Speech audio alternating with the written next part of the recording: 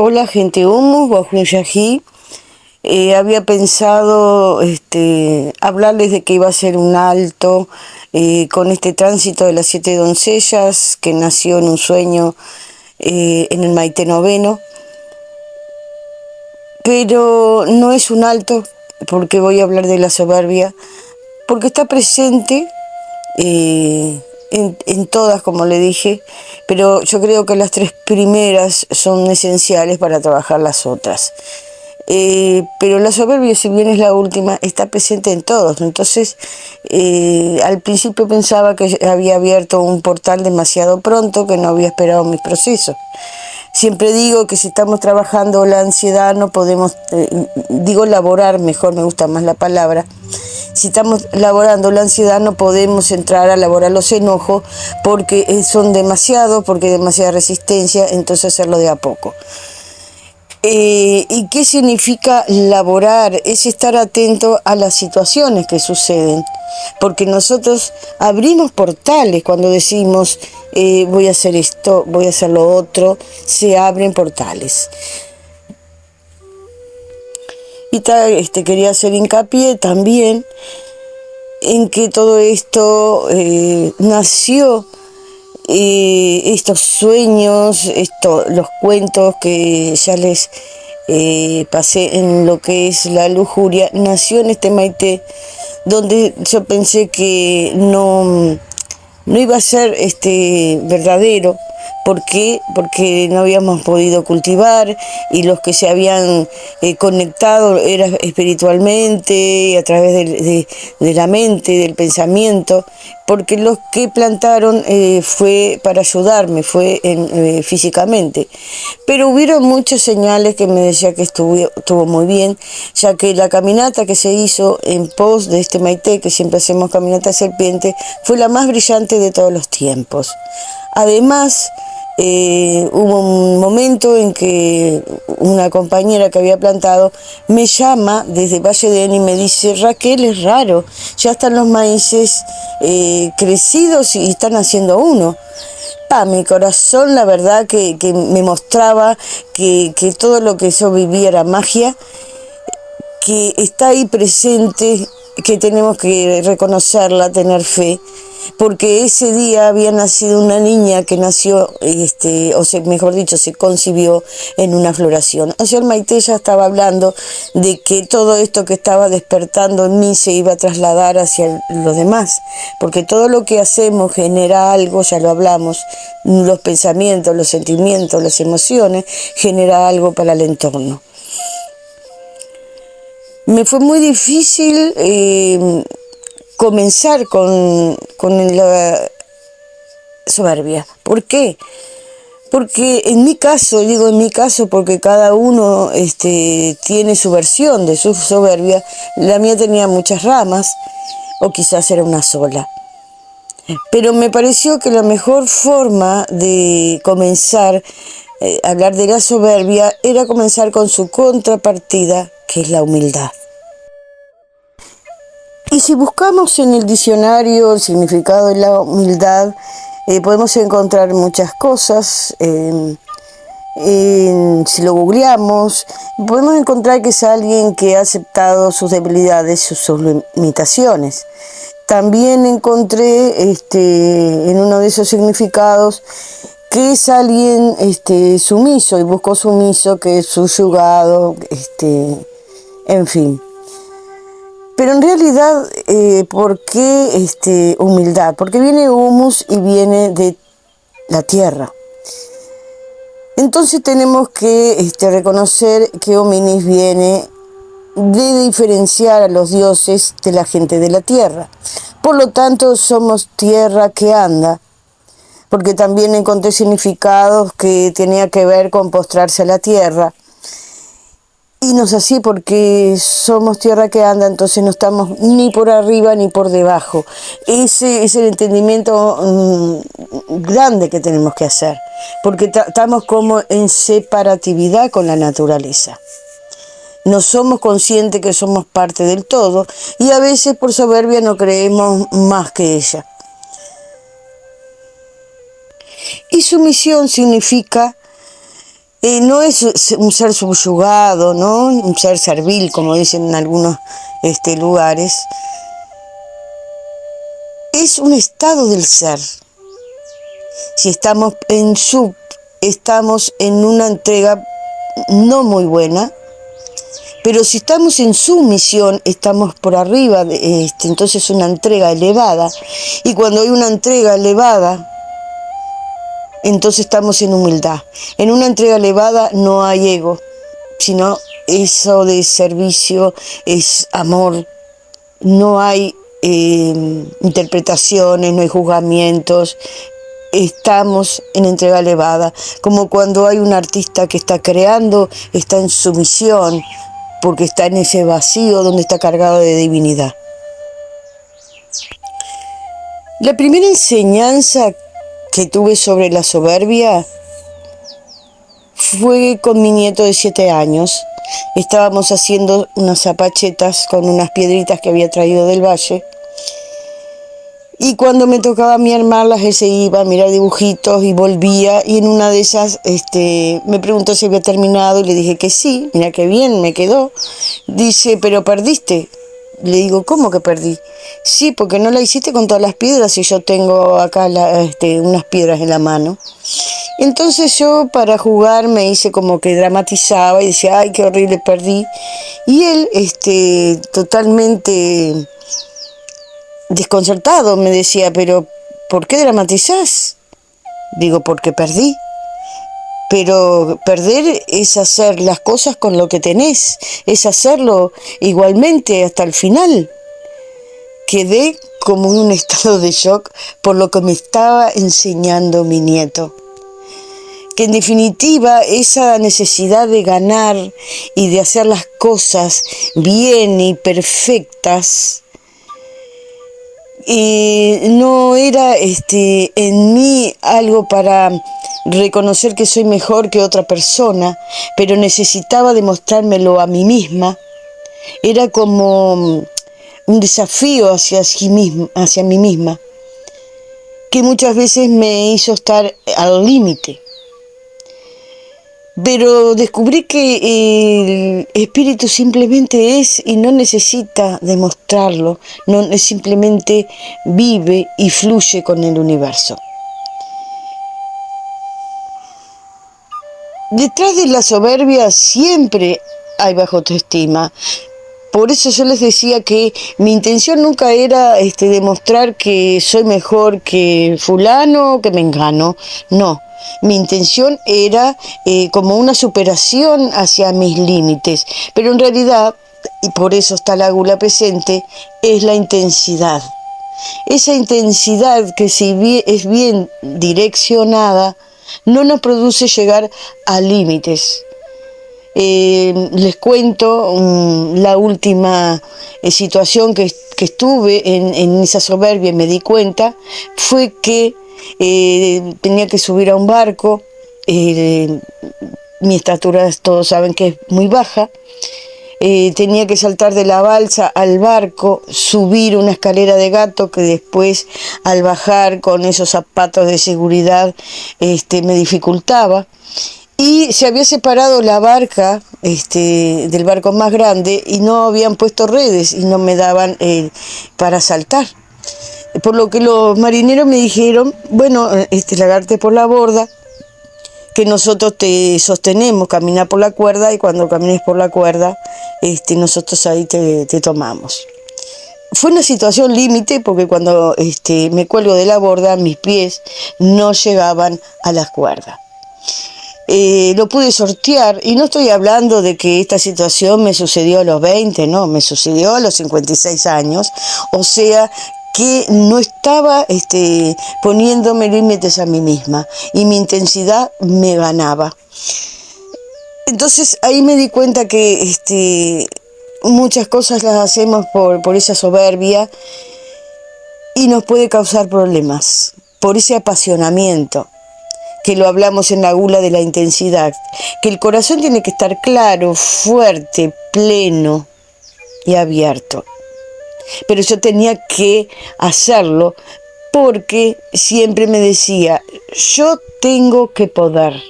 yo tengo que poder hacer esto. Es diferente a decir, yo puedo. El yo tengo que poder, hay una condicionante donde hay dudas, donde hay miedos. Entonces, por eso cuando el corazón tiene todos esos cuatro compartimentos bien, no hay dudas, hay claridad y podemos vivir nuestra intensidad. La intensidad no tiene nada que ver con vivir al límite ni en la cresta siempre de una ola, porque hoy he aprendido, inclusive me han dicho que soy muy intensa, porque puedo estar vibrando y aumentar mi vibración simplemente mirando una flor. Y sobre la soberbia encontré también algo en mi juventud. Y les voy a contar esta historia. Todos saben que yo le tengo mucho miedo a los sapos. Un pánico inaudito, más bien fobia. Y íbamos en el ómnibus, salíamos del liceo, yo estaba de pie junto a otros chicos y sacan del bolso un sapo enorme. En lugar de ponerme a gritar, los miré como sarcásticamente. Y como vieron que yo no me asustaba, perdieron el interés. Así que se lo mostraron a las chicas que estaban sentadas. Fue todo un grito y el sapo que salió volando por los aires. Y yo tranquilamente me bajé. Me di cuenta que ahí yo me había puesto un traje. Y me sentí empoderada. Me sentí valiente, pero muchas veces nos ponemos en la vida de esos trajes que nos ayudan a sortear ciertas situaciones, pero después tenemos que volverlos al ropero, porque si no se nos va incrustando dentro de nosotros. Y como en el correr de la vida tenemos que sortear ciertas situaciones, en lugar de dejarlo ese otro traje dentro del ropero, se va creando dentro de nosotros una joroba de trajes y nos quedamos como amurallados, nos quedamos con armaduras. Tal cual el libro El caballero de la armadura oxidada. Y que después nos cuesta quitarnos porque no sabemos quiénes somos realmente. Como les decía, en mi caso, la soberbia, porque es mi caso personal, tenía que ver con eso del límite, pero también tenía que ver con el control, que también es una adicción, el querer todo perfecto, para mantener una armonía que en realidad mantiene una fachada, porque lo que tiene que suceder va a suceder. Y empecé a trabajar el control a raíz de la primer cachetada a mi soberbia, como digo, porque con el viaje al soltar que habíamos hecho con Susana, invito a las demás chicas, porque estábamos también trabajando en el grupo, las 7 doncellas, a que buscaran parejas al azar, con un papelito, hicieran el viaje juntas de soltar. Había una chica nueva, que como quedó sola, iba a hacer yo el viaje, pero ella haría el de soltar y yo el viaje de la soberbia. Para ver todas las cosas que suceden, todas las señales, los mensajes, la sincronía, que se sucede en ese viaje y que nos muestran. Es esa forma de estar atenta a ese portal que abrimos. Pero a los pocos días me dice, Raquel, mira que yo no me siento identificada con esto de los pecados capitales, así que lo que podemos hacer es hacer un viaje pero sin propósito. Claro, ella no pudo ver mi cara al descubrir que tener que ir a un viaje sin propósito movía todas mis estructuras. No podía controlar lo que podía suceder porque yo no había organizado, porque no tenía una base. Claro que después de 5 años esta chica me llama y me dice, Raquel, quiero trabajar los pecados capitales, estos caminos de iniciación. Pero ahí comencé a trabajar el control. Y les voy a contar cómo he transmutado. Pero no fue las únicas situaciones donde me vi de cara con la soberbia, con sus luces y sus sombras. Me propuse trabajar el control, esa búsqueda del perfeccionismo, de la armonía, y en una dinámica que hicimos en un lugar que se llama Las Libélulas, la propuesta era en una caja antes de entrar dejar lo que queríamos dejar. Y yo dejé el control. Pero pasó que durante los días que estuvimos ahí, situaciones que nunca se habían dado justamente de descontrol. Así que cuando partimos les propuse, bueno, ese papelito ahora lo tienen que sacar y llevarlo. Si tienen miedo, no es escondiéndolo, sino es analizando, escuchándolo. Porque es como un mensajero, por ejemplo, el miedo. Una vez una compañera me comentaba que tenía mucho miedo porque tenía unos exámenes. Y yo le digo, pero escucha el miedo, ¿qué es lo que te dice? Y ella quedó pensando y me dijo, porque estoy floja en matemáticas. Y bueno, entonces lo que tenés que afianzar es matemática, escucha el miedo. A veces nos está dando un mensaje. Y bueno, yo me había dado cuenta que eso que yo llamaba control, y la otra cara de la moneda era el cuidado.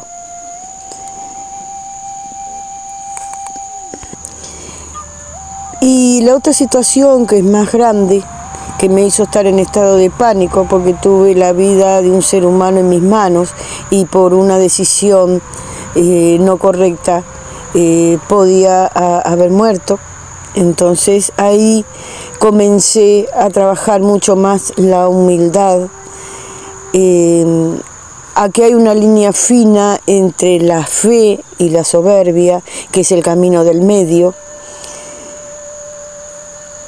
Y resulta que cuando voy a ver a un compañero que habíamos ido a Valledem, y siempre digo que lo que se presenta afuera es lo que tenemos adentro.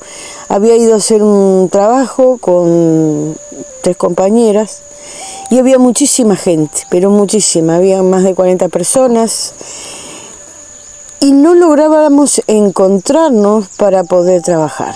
Había mucho ruido y ese era el ruido que tenían las chicas dentro, inclusive yo también. Así que a la noche, cuando voy a ver a este compañero, yo lo vi que estaba en una situación como que se ahogaba y me callé.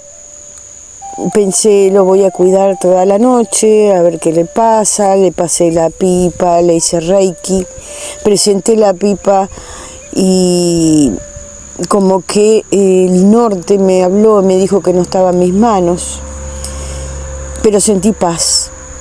Así que me iba a quedar con él toda la noche. No quería interrumpir una alegría que se veía en los comensales, pero sí tenía que hacer un fogón para hablar sobre el Maite. Y me fui, lo dejé por unos instantes, lo hice corto. Y cuando me venía del fogón, le digo a un compañero, me saluda, que hacía mucho que no nos veíamos, y me preguntó cómo estaba. Y yo entendí cómo estaba mi compañero porque lo tenía en mi mente. En realidad me preguntaba cómo estaba yo. Y ahí fue que yo le dije que no sé, la verdad que voy a ir a ver, no sé qué le pasa. Y me dice, ¿de qué me hablas? Ahí se lo conté y me dijo, ¿sabes qué? Vine con un amigo y su compañera es enfermera. Cuando fue, enseguida se dio cuenta que lo que le pasaba es que estaba en un coma diabético, que por lo general un coma diabético más de 8 horas no sobrevive. Él estuvo más de 12 horas en ese coma diabético. Y enseguida hizo lo que tenía que hacer y lo llevamos de urgencia. Él estaba bien, pero estuvo en mis manos. Y yo estaba en estado de pánico porque no había tenido la valentía por cuidar una armonía, por no interrumpir, de hablar antes, porque antes me hubiera enterado que había alguien que era enfermero y que podía solucionarlo. Igualmente lo trascendental hizo que yo fuera al fogón y que ahí también me enterara que había una enfermera. Pero lo trascendental lo utilizó a Gabriel para que yo comprendiera más sobre la soberbia y las cosas que puedo generar por buscar una perfección y una armonía que no es real. Y me caló muy hondo y aprendí, claro que aprendí. Entonces, ahí les voy a contar cómo he transmutado todas estas adicciones y que tienen que ver con la lujuria, con la gula y con la soberbia.